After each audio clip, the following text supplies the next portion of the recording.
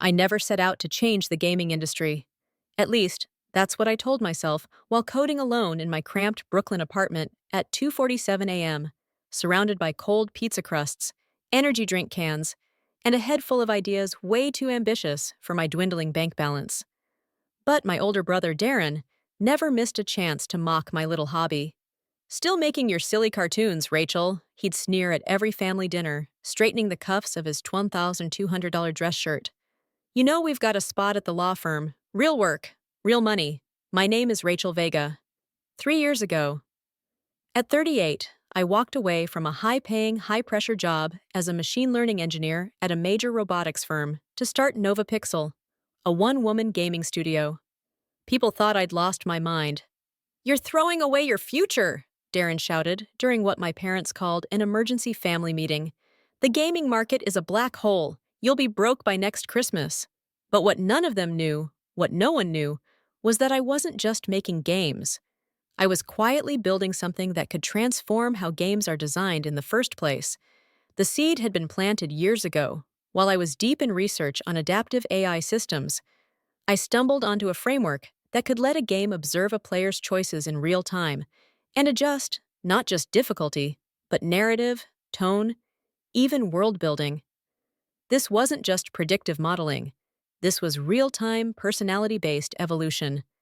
NovaPixel's first mobile games were humble. A match-3 puzzle here, a cute adventure platformer there. But hidden under the surface was an evolving AI system collecting millions of behavioral data points, learning how real people thought, played, got frustrated, and found flow. I worked nights and weekends, keeping my consulting gigs during the day to stay afloat. The early months were brutal. My savings were almost gone. Every time Darren saw me, he had a new jab. "Hey, I checked out your latest release," he snickered one Christmas. "Looks like a Fisher-Price version of Angry Birds. You sure this is your big plan?" I smiled and topped off his wine glass. Let him think I was just another indie dev flailing in a crowded market. Then came Echo Run. On the surface, it looked like a sleek, minimalist, endless runner. But behind the scenes, it was powered by my fully functional, deeply adaptive AI engine, Orion. Echo Run didn't just react, it grew with each user. It learned how each player reacted under pressure, what patterns they repeated, and what types of challenges brought them joy or anxiety. The game built itself around the user's behavior in real time, offering a uniquely personalized journey for each player. Initial downloads were modest, but something strange happened. People wouldn't stop playing. Player retention was off the charts. Game reviewers couldn't explain it. YouTubers made reaction videos. Reddit threads lit up. People felt seen by the game, like it was reading their minds in the best way possible. Then, one day, an email hit my inbox. Subject: Sony Interactive. Exploring collaboration. I almost deleted it, assuming it was spam. But something made me open it. Within a week, I was on a video call with their senior development team. They weren't just interested, they were fascinated. "We've never seen user metrics like this," their lead strategist said, flipping through charts that looked more like viral social app stats than game data. "You've cracked something here. We want in." Last month, Sony offered me $100 million to acquire the Orion engine and bring me on as a lead developer for their next-gen titles. Darren called the other day. He didn't bring up the law firm, just asked if I'd seen the feature on IG. "Yeah, I saw it." They're having completely different experiences. It's like each person is playing a unique game. I sat back, arms crossed, quietly watching the Sony team puzzle it out. One of their senior technical directors squinted at the architecture layout on my screen. His jaw dropped a little. "This structure," he muttered, pointing at the branching AI logic. "Wait, this isn't just a game, is it?" I smiled. "No, it's not." The meeting lasted 6 intense hours. By the end, their tone had shifted from polite curiosity to genuine awe. They wanted to schedule a formal presentation for the executive board, but I had one condition. "I want to do it at Lexington Partners," I said casually. There was a pause. "My brother Darren works there. He's always been very curious about my company's progress. I think he'd enjoy seeing where things stand." They agreed, probably thinking I was just being quirky or sentimental. What they didn't know was that I'd been quietly planning this moment for the last 3 years. The day of presentation, Darren was in rare form, holding court in the sleek glass-walled boardroom at the heart of their Manhattan office. He'd invited half a dozen of his firm's senior partners to watch his eccentric little sister pitch her phone app to a real company. Rachel, he said with a smirk, not even trying to hide the sarcasm. Wouldn't a coffee shop have been more your speed for this kind of thing? A few polite chuckles echoed around the room. I heard the murmurs as I set up my laptop. Just a courtesy meeting, right? She's still doing mobile games? My niece makes better stuff in Roblox. Then the door opened. Marcus Tanaka, Sony's global head of gaming, walked in with 5 members of his executive team. Darren's smirk evaporated. Ms. Vega, Marcus said, shaking my hand warmly. Thank you for hosting. I'll admit, it's not often we're the ones being pitched by a company we're considering acquiring. The word acquiring sucked the air out of the room. Darren's face cycled through 3 different shades of disbelief. I connected my laptop to the projector, took a breath, and began. 3 years ago, I said, I left a stable, 6-figure job to pursue something I believed could change gaming forever. Everyone thought I was reckless, naive, maybe even delusional. I glanced at Darren. But what I've built, what my team of 1 has built, is already redefining the relationship between players and games. Ladies and gentlemen, allow me to introduce you to Echo Run and the Orion Engine. The first slide was simple, a chart showing unheard-of engagement numbers. Echo Run looks like a sleek minimalist runner, but under the hood, no 2 players are experiencing the same game. Right now, over 2.3 million people are playing, and each one is in a game world being generated in real time by Orion. I flipped to a neural map visualization, thousands of threads representing decisions, reactions, emotions. The screen lit up with color and movement, a symphony of real-time adaptation. The engine doesn't just tweak difficulty, I explained. It builds custom narrative arcs, challenge sequences, even alters game mechanics based on how each player thinks and feels. One of Darren's colleagues scoffed. Sounds like basic dynamic scaling. Every game does that. I smiled. Let's test that. I pulled up the live developer console. Anyone want to try it? Darren leaned back in his chair, arms folded. I'll play your little hobby project. Perfect. I handed him a tablet. The rest of the room turned their attention to the wall screens, which displayed Orion's neural feedback in real time. As Darren started playing, the map exploded in activity. Nodes branching, reconfiguring, responding to his hesitations, his decisions, even the pace of his swipes. Notice how it slows slightly, I said, narrating. It's sensed he's hesitating. Now it's adjusting terrain flow to ease him in, while subtly teaching him optimal patterns. On screen, new obstacles appeared. Ones Darren was statistically likely to overcome, but still find challenging. Within 2 minutes, he was fully engaged, brow furrowed, tapping with focus. Then came the moment I was waiting for. I've never seen anything like this, he muttered, eyes still locked on the screen. Exactly, neither had anyone else, and that's why they were offering me $100 million. The engine has already analyzed Darren's entire playstyle, I explained calmly. It's mapped his decision-making patterns, risk tolerance, even how he responds to different types of problem-solving. I pointed to the dynamic profile building in the neural map on the projector. Notice how the puzzles are shifting. See that? It's adjusting to his competitive instincts, prioritizing high stakes, risk-reward logic paths. It's tailoring the experience to how he thinks. One of Sunny's technical directors let out a low whistle.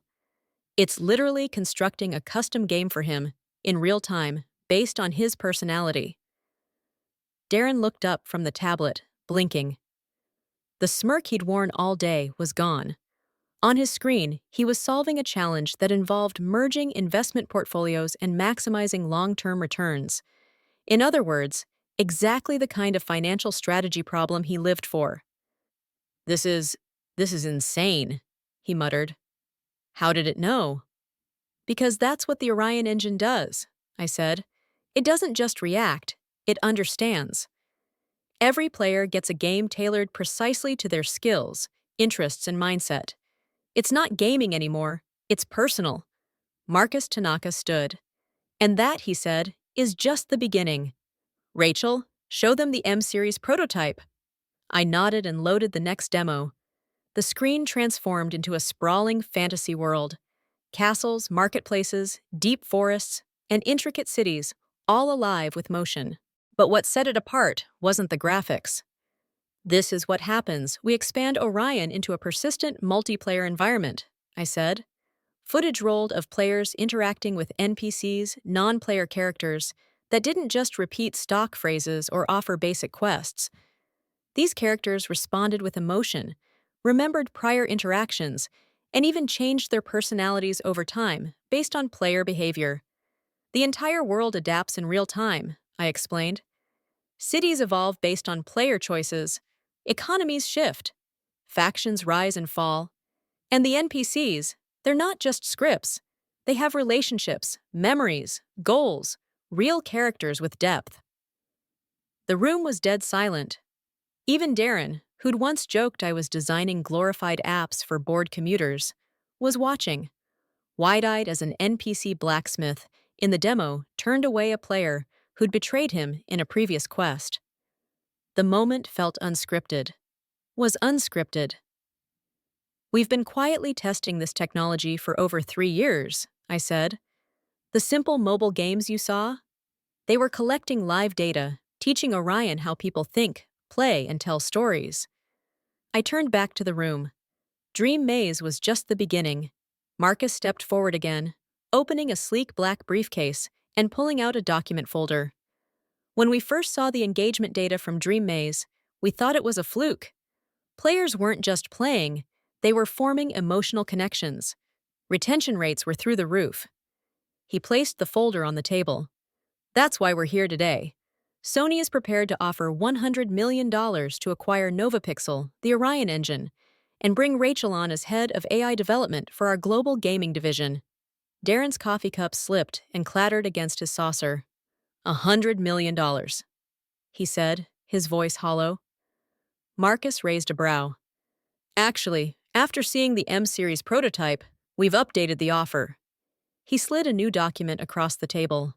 I glanced at the number and felt my breath catch. $250 million, plus 5% of all future revenue from any title using Orion. Darren snatched the paper like he couldn't believe it was real. His hands were shaking. This can't be! Rachel makes phone games in our parents' garage. No, Marcus corrected him, his voice calm but firm. Rachel built an AI engine that's about to redefine interactive entertainment. Those so-called phone games were a test bed, brilliantly disguised. I gently retrieved the contract and tucked it into my folder. Every time you laughed at my little games, I said, looking Darren in the eye, you gave me space to work without interference. I was never competing with you. I was building something you couldn't even imagine. The next hour was a whirlwind. Legal terminology flying across the room, Sony's team discussing transition timelines, equity splits, patent filings. I watched Darren and his partners grow paler by the minute. Bates spent years mocking my garage. Turns out, I'd been building an empire inside it. The partners had just watched what they thought was a failed solo project explode into a $250 million acquisition, right in their own conference room. As the Sony team packed up their things, Marcus turned to Darren. You know, he said with a calm smile, we usually prefer to host meetings like this at our own headquarters, but Rachel insisted we hold it here. Now I understand why. Darren couldn't meet his eyes. 3 years' worth of snide remarks, eye rolls, and smug dismissals collapsed around him like a house of cards. The aftermath? Swift, and honestly, pretty satisfying. News of the acquisition sent shockwaves through the gaming world. The forums lit up, tech blogs ran headlines, and industry veterans scrambled to understand how a mobile puzzle game had become the foundation of a gaming revolution. Even the very same investment partners who once laughed at my silly phone apps started emailing me, eager to talk about potential opportunities. Some even asked if I needed funding, as if I hadn't already built it all without them. I kept the garage in Brooklyn. Only now, it's not a makeshift office. It's a private R&D lab, a place to keep refining the Orion engine. Sony's support and resources opened doors I could have never accessed alone. Dream Maze is now taught in university AI classes, and the expanded MMO version, Living Worlds, has changed how players think about online gaming entirely. Because in Living Worlds, every player truly experiences a game made just for them. The story unfolds in sync with their decisions, their emotions, their style. The NPCs remember. The world responds. It's not just personalized, it's alive. Darren, to his credit, eventually emailed me a long, heartfelt apology. He acknowledged the years of belittling and said he was humbled by how wrong he'd been. He even asked if I'd be interested in speaking at his firm's tech innovation seminar. I politely declined. I was too busy leading Sony's AI gaming division. But last week, I got an email that hit differently. A young woman, 21 years old, working from her parents' garage in St. Louis, had developed a unique AI gaming prototype. Her family thought it was just hobby programming. She asked for advice. I thought about that old garage in Brooklyn, the all-nighters, the silence, the doubt, the joy of being underestimated. I hired her on the spot. Today, that garage is empty. Sony recreated it, down to the exact scuff marks and chipped paint, in their Tokyo headquarters. They call it the lab that changed everything. But I kept one piece from the original. A worn whiteboard with a single line scrawled in marker. Let them underestimate you. That message stayed untouched from day one. I never erased it. The gaming industry will never be the same. Neither will my family. At the last holiday gathering, Darren stood quietly nearby while his teenage son showed me his game prototype. Darren didn't say much, just nodded. Supportive, respectful. He'd learned the hard way what judgment can cost. As for me, I'm still making games. They're just not as simple as everyone thought. The Orion engine keeps growing. It learns, adapts, evolves, just like the people who dared to build it. And every time someone dismisses a developer working from a dusty garage, I smile. Because sometimes the biggest revolutions start in the smallest spaces, and sometimes the best revenge isn't proving them wrong. It's proving yourself right. If you've made it this far, thank you for walking this road with me. I was just a woman in her 30s, building something revolutionary in a Brooklyn garage, while the world dismissed me as a hobbyist with big dreams and no backing. But dreams, when fed with grit and belief, become reality. So if my story resonated with you, if you've ever been laughed at, underestimated, or told to be realistic, leave a comment below. Share your story. Tell me about the idea you've been afraid to chase, or the project you're building in silence. I read them, I really do. And every message reminds me why I kept going when no one believed in me. Support comes in many forms. It's a comment, a like. Sharing this with someone who needs to hear it. If you believe in what I built, if you see the value in innovation that starts in unlikely places, stand with me. We're not just changing games. We're changing how people view creators, visionaries, underdogs. And here's my advice. Never let someone else's limited imagination define your potential. Keep building, keep dreaming, and never apologize for thinking bigger than the room you're standing in. Because sometimes, the smallest garages hold the world's greatest revolutions.